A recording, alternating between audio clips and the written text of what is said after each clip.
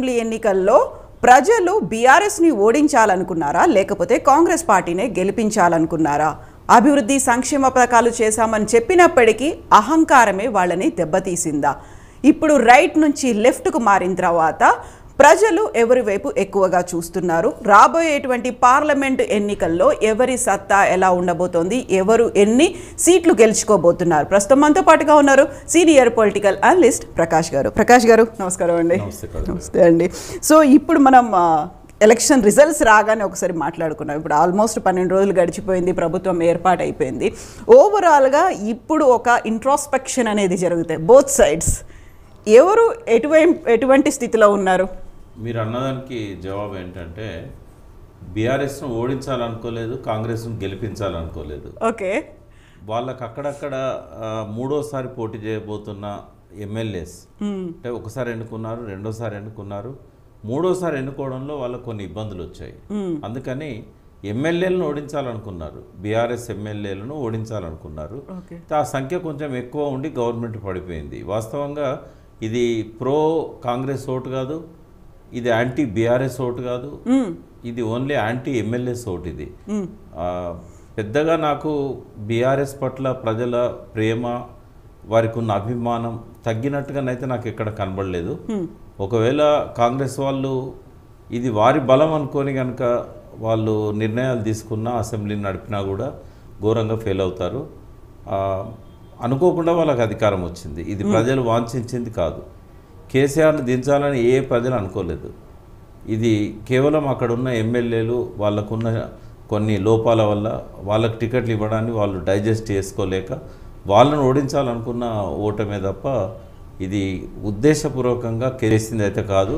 కాబట్టి ఇది కాంగ్రెస్కు ప్రో కాంగ్రెస్ ఓటు అని అనుకుంటే మాత్రం వాళ్ళు తీసుకోబోయే నిర్ణయాలన్నీ తప్పుడు నిర్ణయాలు అవుతాయి. ఇప్పుడు యాంటీ ఎమ్మెల్యే ఓటు అనుకున్నప్పుడు యాంటీ ఇన్కంబెన్సీ అనేది కూడా కనిపించిందా? లేదమ్మా. ఇప్పుడు యాంటీ ఇన్కంబెన్సీ ఉంటే 39 సీట్లున్నా మెదక్, మేడ్చల్, రంగారెడ్డి, హైదరాబాద్ ఈ 4 ఏరియాల్లో కలిపి 39 సీట్లు ఉన్నాయి.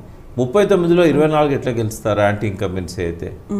అందులో సెంట్రల్ తెలంగాణ అనుకున్నప్పుడు హైదరాబాద్, రంగారెడ్డి ఉన్నటువంటి స్థానాలు. రెండవది నార్త్ తెలంగాణలో నిజామాబాద్, ఆదిలాబాద్లో బీజేపీ ఎందుకు అన్ని స్థానాలు గెలిచింది? వాళ్ళు ఏమైనా ఇదివరకు ఎమ్మెల్యేలుగా పనిచేసిన వాళ్ళ, లేకుంటే ప్రజల్లో వాళ్ళకి ఏమన్నా పెద్ద పట్టున్న వాళ్ళ? ఇక్కడ ఏమైందంటే డిఫరెంట్ ప్యాకెట్స్లలో అక్కడున్న ఎమ్మెల్యేల మీద అక్కడున్న వ్యతిరేకత, ఎవరైతే వాళ్ళని ఓడించగలుగుతారు ఆ ఎమ్మెల్యేలు సెంట్రిక్గా జరిగిన ఎలక్షన్ ఇది. ఇది ఒక కొత్త ఎక్స్పీరియన్స్. వాస్తవంగా గతంలో ఉమ్మడి రాష్ట్రంలో చూసినట్టయితే శ్రీకాకుళం నుంచి ఆదిలాబాద్ దాకా ఒక వేవ్ క్రియేట్ అయ్యేది ప్రతిసారి. ఈసారి ఎటువంటి వేవ్ క్రియేట్ కాలేదు. ప్రో ఇన్కంబెన్సీ, యాంటీ ఇన్కంబెన్సీ ఎమ్మెల్యేలను బట్టి అక్కడ కనబడ్డదే తప్ప పాలనను బట్టి ఎక్కడ కూడా యాంటీ ఇన్కంబెన్సీ లేదు. ఎమ్మెల్యేలను బట్టి అక్కడక్కడ కనబడింది. ఇప్పుడు ఇదే మహబూబ్నగర్ జిల్లాలో 14లో 12 ఓడిపోయారు. బట్ అక్కడ గెలిచిన విజయుడు కొత్త క్యాండిడేట్ 50,000 మెజార్టీ ఎట్లా వస్తుంది? అట్లా చాలా ప్యాకెట్స్లలో మెజారిటీ బాగా వచ్చినాయి ఉన్నాయి. కాబట్టి మనం అట్లా చెప్పుకోవడానికి ఏం లేదు. సో ఓవరాల్గా ఇప్పుడు స్థానాలు అయితే మారినాయి అసెంబ్లీలో. రైట్ నుంచి లెఫ్ట్కి, లెఫ్ట్ నుంచి రైట్కి వచ్చింది. ప్రజలు దాన్ని ఎలా చూస్తున్నారు యాక్చువల్గా? అంటే ప్రజలు డైజెస్ట్ చేసుకున్నారు. ఎందుకు డైజెస్ట్ చేసుకున్నారు అని అంటే, మనం ఎమ్మెల్యేలను ఓడించాలనుకున్నా కూడా ప్రభుత్వం దిగిపోయింది. ఇంకా తప్పదు, మన కాంగ్రెస్ మన నెత్తికి పడ్డది, తప్పకుండా భరించాల్సిందే. కానీ అభద్రతలో కనబడుతున్నారు. ఇంటలెక్చువల్స్ దగ్గర నుంచి కామన్ మ్యాన్ వరకు కూడా ఏం చేస్తారో వీళ్ళు చాలా హామీలు ఇచ్చారు, చాలా వాగ్దానాలు ఇచ్చారు. ఎంతో కొంత జనం వాటికి ప్రభావితమైన వాళ్ళు కూడా ఉంటారు. అంటే వాళ్ళ గెలుపుకు కేవలం హామీలే కారణమని నేను అన్నాను. అట్లా కనుక కారణమైతే అన్ని దిక్కుల్లో ఒకటే రిజల్ట్ రావాలి. బట్ కొంత ప్రభావం అయితే వాటిది ఉంది. వాళ్ళంతా కూడా ఏంటంటే కనీసం ఈయన కొత్తగా ఏం లేకపోయినా ఇదివరకు ఉన్న వాటినన్నా కంటిన్యూ చేయగలుగుతాడా? ఆ ప్రాజెక్టులను కానీ, ఇదివరకు వస్తున్న పెన్షన్స్ను కానీ పెంచకపోయినా అవన్నీ వస్తాయా రావా అనే ఒక అభద్రతలో కనబడ్డారు. సో ఇప్పుడు మార్పు అనేది ఒక ప్రభుత్వ పరంగా అయితే మార్పు వచ్చింది. బీఆర్ఎస్ పోయి కాంగ్రెస్ ప్రభుత్వం వచ్చింది అని చెప్పుకున్నప్పటికీ అప్పుడు బీఆర్ఎస్ కాంగ్రెస్లో ఈ మార్పు ఎవరైనా పరివర్తనలో లేకుంటే ఒక చేంజ్ని ఏమైనా తీసుకొస్తుందా? అంటే ఒకటి, అధికారంలోకి వచ్చారు కాబట్టి కొన్ని అవకాశాలు ఈ ప్రభుత్వానికి వచ్చినాయి. వాటిని సరిగ్గా ఉపయోగించుకొని ఇదివరకున్న అభివృద్ధిని అట్లాగే కొనసాగిస్తూ, ఇదివరకున్న వెల్ఫేర్ని అట్లాగే కొనసాగిస్తూ, ఇంకా కొంచెం వాళ్ళు ఇచ్చిన హామీల మేరకు ఆ పెన్షన్స్ని పెంచుతూ అభివృద్ధిని కూడా కొంత ఇంకా డెవలప్ చేసే విధంగా, అంటే కేసీఆర్ గారు ఒక 50% చేశారనుకోండి, ఒక 60-70% ఈయన తీసుకుపోగలిగినా కూడా పాత ప్రభుత్వం కంటే ఈ ప్రభుత్వం బాగుంది అనుకుంటారు. 5 ఏళ్ళే కాదు, ఇంకో 5 ఏళ్ళు కూడా కొనసాగనిస్తారు. కానీ ఇప్పుడు ఒక క్వశ్చన్ మార్కే ఉంది అందరిలో, విశ్లేషకుల్లో కానీ. ఈయన అట్లా ఆ రకంగా తీసుకెళ్ళగలుగుతాడా? అవకాశాలు తక్కువ ఉన్నాయి. తక్కువ ఉన్న అవకాశాలను ఆయన పెంచుకునే వైపుగా ఎట్లా ఆలోచిస్తాడు? నిన్న మాజీ ఆర్బీఐ గవర్నర్ వచ్చారు, ఇట్లాంటి వాళ్ళందరితో రఘురామరాజన్ ఇలాంటి వాళ్ళతో ఆయన సలహాలు తీసుకుంటూ కొంత థింక్ ట్యాంక్ని ఆయన వెనకాల పెట్టుకుంటూ కొంత ముందుకు పోయినట్టయితే ప్రభుత్వం బాగుంటుంది. ప్రజలు కూడా వాళ్ళు గెలిపించకపోయినా యాక్సిడెంటల్గా ఈ ప్రభుత్వం వచ్చినా కూడా ఇది నిలబడి మాకు బాగా చేసింది అనుకున్నప్పుడు డెఫినెట్గా నెక్స్ట్ టైం ప్రో ఇన్కంబెన్సీ ఉంటుంది. కావాలని మళ్ళీ గెలిపిస్తారు కాంగ్రెస్ని. కంపేర్ చేయడం అనేది ఒక ప్రజలకు ఉంటుంది. అది ఎట్లయినా కేసీఆర్తో రేవంత్ని కంపేర్ చేస్తారు, బీఆర్ఎస్ పాలనతోని కాంగ్రెస్ పాలనను చేస్తారు. ప్రతికూల పరిస్థితుల్లో కూడా ఆయన నెగ్గుకు రాగలిగాడనే ఒక ఆ ప్రావీణ్యతను చూపెట్టగలగాలి రేవంత్. చూపెడితే డెఫినెట్గా ప్రజలు ఆయన వెనకాల ఉంటారు. సో కంపారిజన్స్ అనుకున్నప్పుడు ఐటీ శాఖ మంత్రి ఎవరవుతారు? కేటీఆర్ లాగా ఇప్పుడు ఇక్కడ కాంగ్రెస్లో ఎవరున్నారు అనేది ముందు నుంచి ఎదురు చూశారు. శ్రీధర్ బాబు వచ్చేసారు, ఆ తర్వాత ప్రతి దాంట్లోనూ కంపారిజన్స్ అనేవి కనిపిస్తున్నాయి కదా. ఐటీ మంత్రి కేటీఆర్కి ఈక్వల్గా ఎవరు రాలేరమ్మా, ఎందుకంటే ఆయనకు చాలా అనుకూల అంశాలు ఉన్నాయి. ఒకటి, ముఖ్యమంత్రితో మాట్లాడాల్సిన అవసరం లేకుండా డిసిషన్స్ తీసుకోగలిగే స్వేచ్ఛ కేటీఆర్కు ఉండే. ఆయన అమెరికా పోయినప్పుడు మళ్ళీ ఫోన్ చేసి నేను ఈ కంపెనీకి రాయితీలు ఇవ్వాలనుకుంటున్నా, మీరు ఓకేనా అని ముఖ్యమంత్రిని ఎన్నడూ అడగలేదు. ఆయన అనుకున్న రాయితీలు ఇచ్చుకుంటూ పోయాడు. అయితే ఇక్కడ ఒకటేంటంటే మిగతా అందరు మంత్రులకి ఎలాంటి స్వేచ్ఛ ఉందా, కేవలం కేటీఆర్కి మాత్రమే ఉందా అనేది పాయింట్ అది కాదు. పాయింట్ ఏంటంటే ఐటీ మంత్రిగా వేరే వాళ్ళు రాణిస్తారా అనేది ప్రశ్న. ఈ ప్రశ్నకు ఖచ్చితంగా చెప్పగలుగుతాను, కేటీఆర్ గారి ప్లేస్లో ఎవరున్నా రాణించలేరు. ఒకవేళ ఆ ప్లేస్లో రేవంత్ ఉన్నా కూడా మళ్ళీ హైకమాండ్ని అడిగి చెప్పాల్సిందే. కనీసం ముఖ్యమంత్రికి కూడా ఇక్కడ స్వేచ్ఛ లేదు. బీఆర్ఎస్ గవర్నమెంట్లో ఒక ఐటీ మంత్రికి ఆ స్వేచ్ఛ ఉంది. ఎందుకు అనంటే ఆయన సీఎం గారి అవసరం లేకుండానే ఇండిపెండెంట్గా తన పోర్ట్ఫోలియో నిర్వహించగలిగాడు. రిలేషన్ కావచ్చు, లేకపోతే ఇంకోటి కావచ్చు. బట్ ఇక్కడ రేవంత్ కూడా ఆ స్వేచ్ఛ లేదు. ఆయన ఏమైనా రాయితీలు అంటే క్యాబినెట్లో మాట్లాడుకొని చేయాలి. ఒక పాలసీ, బ్రాడ్ పాలసీ తీసుకోవాలి. ఆ బ్రాడ్ పాలసీలో ముఖ్యమంత్రికి వాళ్ళ అథారిటీ ఇవ్వాలి, హైకమాండ్ కూడా దానికి అనుమతించాలి. ఇవన్నీ ఉన్నప్పుడు శ్రీధర్ బాబు ఐటీ మంత్రి అయినా కూడా శ్రీధర్ బాబు తన నిర్ణయం తీసుకోలేడు. మళ్ళీ ఆయన రేవంత్ని అడగాలి, రేవంత్ క్యాబినెట్తో మాట్లాడాలి, లేదా హైకమాండ్తో మాట్లాడాలి. ఇట్లున్నప్పుడు ఎక్కడ అవకాశాలు ఉంటాయి? రెండవది, ఆయనకున్న వైడ్ కాంటాక్ట్స్ శ్రీధర్ బాబు గారికి ఉండవు. ఆయన సమర్థత కలిగిన మంత్రి, అలా అనుమానం ఏం లేదు. శ్రీధర్ బాబు సీనియర్ మంత్రి, పక్కా తెలంగాణ బిడ్డ. ఆయన ప్రావీణ్యత గురించి నాకేం డౌట్ లేదు. కానీ ఆయనకున్న సంబంధాలు, ఇప్పుడు కేటీఆర్ గారు ఎక్కడికైనా రీచ్ కాగలిగిన సంబంధాలను ఆయన ఏర్పాటు చేసుకున్నాడు. అవి యాక్సిడెంటల్గా రాలేదు. ప్రతి ఎకనామిక్ సమ్మిట్కి ఆయన పోయేవాడు, ఇప్పటివరకు ఆయన ఏది మిస్ కాలేదు. ప్రతి ఇంటర్నేషనల్ ఇన్విటేషన్ ఆయన ఆనర్ చేసిపోయాడు. ఎక్కడ అవకాశం ఉంటాడో పరిచయాలు పెంచుకున్నాడు. పరిచయాల కోసమే సంవత్సరాలు ఒక టీమును పెట్టి వర్క్ చేయించాడు.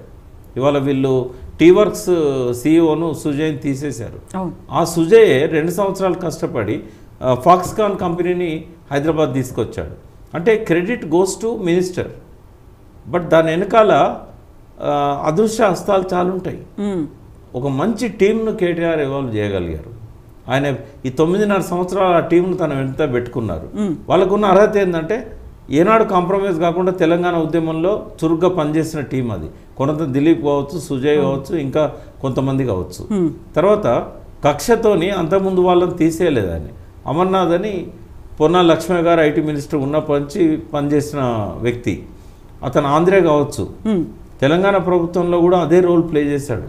ఎందుకు అనంటే అంతకుముందున్న అభివృద్ధిని, అంతకుముందున్న విస్తృత పరిచయాలను కనెక్ట్ చేయడానికి అతను ఉపయోగపడతాడు. కానీ వీళ్ళు చేసింది ఏంది? సుజయ్ని తీసేశారు, కొనతం దిలీప్ ఆయన రిజైన్ చేశాడు. అవసరమా?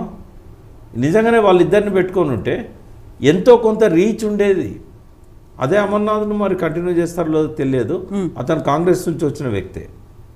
వీళ్ళు ఉండడం వల్ల ఒక లాభం ఏం జరుగుతుందంటే పెండింగ్లో ఉన్నాయి, పర్సూ చేస్తున్నాయి, కొత్తగా రిలేషన్ మళ్ళీ పెట్టుకోవాలనుకున్నాయి, వాళ్ళ ద్వారా కొంత సాధ్యమైంది కదా. ఎందుకు తీసేయాలి అకస్మాత్తుగా? సో అక్కడ ఉన్నటువంటి నామినేటెడ్ పోస్టులు కావచ్చు, పాతగా అప్పటి నుంచి ఉన్నటువంటి బ్యూరోక్రాట్స్ వీళ్ళందరినీ కూడా మార్చేస్తున్నారు కదా, ఐఏఎస్లు ఐపీఎస్లు. సమర్థత కలిగిన వాళ్ళని కంటిన్యూ చేయాలి, అడగాలి కనీసం మీరు మా ప్రభుత్వంలో పనిచేయడానికి సిద్ధంగా ఉన్నారా, మాకేమీ బీఆర్ఎస్లో ఉన్నారని చెప్పి కక్ష లేదు, మీ వర్త్ మాకు తెలుసు, మిమ్మల్ని మేము కంటిన్యూ చేస్తామని చెప్పాలి కదా. అది లేదు, ఒక జీవోతో అందరినీ తీసేశారు. బట్ అక్కడ కూడా చాలా వరకు వినిపించింది ఏంటంటే వాళ్ళ మీద ఒక కరప్షన్ ఛార్జెస్ ఉన్నాయి, లేకపోతే అవకతవకలు జరిగాయి, కొన్ని చోట్ల ఫైళ్ళని కూడా మాయం చేశారు, కొన్ని చోట్ల తగలబెట్టారు అనే కదా. ఎక్కడ నాకు తెలిసి బీఆర్ఎస్లో ఎమ్మెల్యేల స్థాయిలో అక్కడక్కడ ఏమన్నా కాన్స్టిట్యున్సీ స్థాయిలో అవినీతి జరగవచ్చు, కానీ నేను బ్లాంక్గా చెప్తున్నాను, ఎక్కడ కూడా అవినీతి అయితే మనకు కనబడలే. ఈవెన్ కాళేశ్వరం విషయంలో కూడా చాలా ఫైల్స్ను వాళ్ళు పర్సూ చేశారు. ఊరికే షెకావత్ పార్లమెంట్లో అవినీతి జరగలేదు అని చెప్పలే, చాలా తరో ఎగ్జామినేషన్స్ తర్వాతనే వాళ్ళు చెప్పారు. ఈవెన్ మిషన్ భగీరథ కానీ అవినీతి అక్కడెక్కడ కనబడదు. నాకు తెలిసి అక్కడెక్కడ కూడా అవినీతి లేదు. ఒకవేళ వాళ్ళు తీయగలిగితే మంచిదే, ఎందుకంటే ప్రజల దృష్టికి ఇంత జరిగింది అవినీతి అని చెప్పడానికి కూడా వీళ్ళకి ఆ క్రెడిట్ వస్తుంది. కానీ నాకు తెలిసి అవినీతిని వీళ్ళు ఎక్కడ కూడా లేని దాన్ని ప్రూవ్ చేయలేరు వాళ్ళు. 9.5 సంవత్సరాలు బీజేపీ ఎందుకు సైలెంట్గా ఉన్నది అంటే, లాస్ట్ 4.5-5 సంవత్సరాలు అయితే రోజు గొడవలే కదా ఇద్దరికి. ఎవరిని అన్నన్ని మాటలు మోడీ గారిని కేసీఆర్ గారు అన్నారు కదా. మరి ఆ పరుషంగా తీసుకున్న వాళ్ళు కవిత మీద కూడా కేసు బుక్ చేశారు కదా. మరి అవినీతి ఉంటే కేసీఆర్ను కేటీఆర్ను పట్టుకోవడం వాళ్ళ కష్టమా? వాళ్ళ చేతుల్లోనే ఉన్నాయి కదా దర్యాప్తు సంస్థలన్నీ కూడా. కొత్తగా రేవంత్ రెడ్డి పట్టుకునేది ఏముంటుంది? మోడీ గారికే దొరకలేదు, ఒకవేళ ఉన్నా కూడా నేను లేదని అనుకుంటున్నా. కాబట్టి అవినీతి పెద్దగా. ఇంకోటి, ఇప్పుడు మీరన్న సుజయ్ కానీ దిలీప్ కానీ ఐటీలో కానీ ఎక్కడ అవినీతికి ఆస్కారమే లేదు. వీళ్ళ డబ్బులే ఖర్చు అయినాయి, వీళ్ళ శ్రమ పోయింది తప్ప, రాత్రి మొగలు కష్టపడ్డారు తప్ప అక్కడ అవినీతి చేయడానికి స్కోపే లేదు అసలు. అయితే ఇక్కడే కీలకంగా ఇప్పుడు కాళేశ్వరం ప్రాజెక్టుకు సంబంధించి ఒక కమిటీ ఏర్పాటైంది. ఆ కమిటీ కూడా వెళ్ళి విజిట్ చేసే అవకాశం ఉంది. ఉత్తమ్ కుమార్ రెడ్డి కూడా అక్కడ మంత్రి హోదాలో అక్కడికి వెళ్తున్నారు. అక్కడ ఏం జరిగింది, ఎందుకు కుంగిపోయింది అనేది కూడా అబ్జర్వ్ చేసి వస్తారు అనేది. అదే నేను వెరీ ఫస్ట్ డే చెప్పాను, ఇది యాక్సిడెంట్ అని. ఆ యాక్సిడెంట్ కారణం ఏందనేది కనుక్కోవాలి. అది కనుక్కోవడం అనేది అవసరం. కాబట్టి దర్యాప్తు కమిటీని వెల్కమ్ చేద్దాం, అవసరమే. ఒకవేళ అది ఎక్కడైనా నిర్మాణ సంస్థ యొక్క లోపమైతే వాళ్ళని బ్లాక్ లిస్ట్లో పెట్టవచ్చు, లేదా కంపెన్సేషన్ అడగచ్చు. ఒకవేళ కనుక అది ఇంజనీర్ల లోపం, డిజైన్ల లోపం ఉన్నట్టయితే ఆ డిజైన్ సెంట్రల్ వాటర్ కమిషన్ ఇచ్చినాయి, మరి ఆ డిజైన్ వీళ్ళు యాజిటీస్గా ఫాలో కాలేదా, ఎక్కడైనా మార్పులు చేశారా, ఇట్లాంటివన్నీ వస్తాయి. కాబట్టి వాస్తవంగా ఏం జరిగిందనేది తెలుసుకోవడం అనేది ప్రజలకు అవసరం. ఎందుకు అంటే రేపు మిగతా బ్యారేజీలకు కూడా ఈ ప్రమాదం జరగవచ్చు, లేదా మేడిగడ్డల ఈ ఒక్క బ్లాక్లో 2 పియర్స్ జరిగింది, ఇట్లాంటివి ఇంకొక 83 ఉన్నాయి, మరి వాటికి జరగవద్దు కదా. కాబట్టి గుణపాఠం తీసుకోవడానికి ఈ దర్యాప్తు కమిటీ అవసరం, విచారణ అవసరం. ఎన్జీఆర్ఐ లాంటి సైంటిస్టులను పెట్టుకొని విచారణ జరపాలి. ఏదో పొలిటికలైజ్ చేస్తే మాత్రం అది తప్పు అవుతుంది. కేసీఆర్ను తప్పుపట్టాలి కాబట్టి తప్పుపట్టే విధంగా దర్యాప్తు ఉండకూడదు. అలా ఖచ్చితంగా భూభౌతిక శాస్త్రవేత్తలు ఉండాలి, కన్సర్న్డ్ ఎన్నో రకాల ఎక్స్పర్ట్స్ అవసరం. ఒక్కరిద్దరితోనే ఆ డ్యామ్ నిర్మాణం జరగలేదు, ఆ బ్యారేజ్ నిర్మాణం. కాబట్టి వాళ్ళందరితో ఉండాలి ఈ దర్యాప్తు కమిటీ. ఐఏఎస్లతోనో లేకుంటే సబ్జెక్ట్ నాలెడ్జ్ లేని వాళ్ళతోనో ఉండకూడదు. సో ఇప్పుడు మొన్న అసెంబ్లీలో జరిగినటువంటి చర్చ, గవర్నర్ ప్రసంగంపై ధన్యవాద తీర్మానం మీద జరిగినటువంటి చర్చ, దశాబ్దంలో శతాబ్దం అభివృద్ధి చేశామని బీఆర్ఎస్ పార్టీ చెప్పింది. బట్ అది మాత్రం ఫెయిల్యూర్స్ని చూడాల్సినటువంటి అవసరం ఉంది. ఎక్కడెక్కడైతే అప్పులు ఉన్నాయో అప్పుల తడకలుగా మారిపోయింది మిగతా అన్ని డిపార్ట్మెంట్స్ అనేది కాంగ్రెస్ వాదన. ఇది ముందు ముందు ఎలా ఉండబోతుంది అనుకుంటున్నారు? ఈ భూప్రపంచంలో ఏదైనా ఒక ప్రభుత్వం కానీ, ఏదైనా ఒక కార్పొరేట్ సంస్థ కానీ, ఎవరైనా ఒక వ్యక్తి కానీ అప్పు చేయకుండా అభివృద్ధి చెందిన వాళ్ళు ఉన్నారా? వీళ్ళు రాసిస్తారా అసెంబ్లీలో మేము రాబోయే 5 ఏళ్ల రూపాయి అప్పు చేయము అని రాసేయగలుగుతారా? అప్పుడే అన్వేషణ మొదలైంది అప్పులు ఎవరిస్తారు అని. ఎందుకంటే వీళ్ళు రైతు బంధు వేయాలంటే కూడా ఇప్పుడు అప్పులు తీసుకోవాల్సిన పరిస్థితి, రేపు నెక్స్ట్ ఫస్ట్కి జీతాలు ఇవ్వాలంటే కూడా మళ్ళీ ఇప్పుడు అప్పులు తీసుకోవాల్సిన పరిస్థితి. అప్పులు అనేటిది మనిషిలో బ్లడ్ ఎంత సహజమో అభివృద్ధికి అప్పులు అనేటివి అంత అవసరం. అయితే అప్పులను ఒక్కదాన్నే చూపెట్టి అప్పుల తడగా చేసిందనే దానికంటే అభివృద్ధి మీద కూడా చర్చ జరగాలనేది బీఆర్ఎస్ పట్టుబడుతున్నట్టుంది. అది అవసరం కూడా, బ్యాలెన్స్ అనేది అవసరం. నాకు నచ్చనిది ఏంటంటే ఈ సెషన్లో పై చేయి సాధించాలి, బీఆర్ఎస్ను బ్లేమ్ చేయాలి అనే ఒక తపన తప్ప నిజంగానే ఒక రాష్ట్రం గురించి కానీ రాష్ట్రాన్ని అభివృద్ధి చేసే దిశలో వాళ్ళ ఆలోచనలను కానీ ప్రతిబింబించే విధంగా అసలు ఆలోచనే లేదు, చేయాలనే ఆలోచన లేదు, సంకల్పం లేదు, ఆలోచన లేదు. ఎంతసేపు ఏంటంటే ఒక సామెత ఉంది తెలంగాణలో, కొత్త పిచ్చోడు పొత్తెరగడు అని. అంటే ఇట్లా అధికారంలోకి వచ్చినామో లేదో అవతల వాళ్ళని బ్లేమ్ చేయాలి, మనల్ని పైచేయి సాధించాలి, చర్చల్లో పైచేయి సాధించాలి. అంటే అసలు ఇక్కడ ఇద్దరు గెలిచారు, ప్రజలు ఓడిపోయారు ఈ సెషన్లో. అంటే డైరెక్ట్ సీఎంతోనే మాకు యాక్సెస్ ఉంది, సీఎంకే మేము వినతులు ఇవ్వచ్చు, మా ఫిర్యాదులు చెప్పొచ్చు అనే ఒక కాన్సెప్ట్ కదా ఇది.